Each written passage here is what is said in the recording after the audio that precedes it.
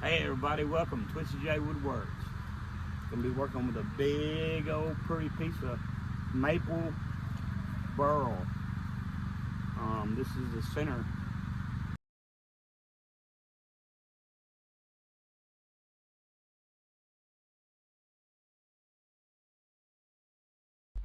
Hey everybody, welcome back.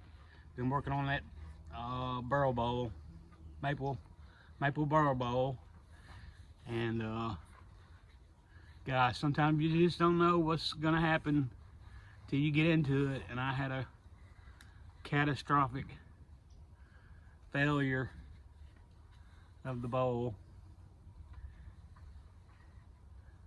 A bunch of ants did that, and just out of my hands. So I'm not gonna throw it away. It's still good shape, still pretty.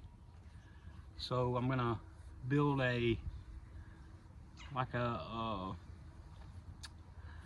don't know, like a form around this edge and do maybe some black epoxy to finish the bowl off. So yeah,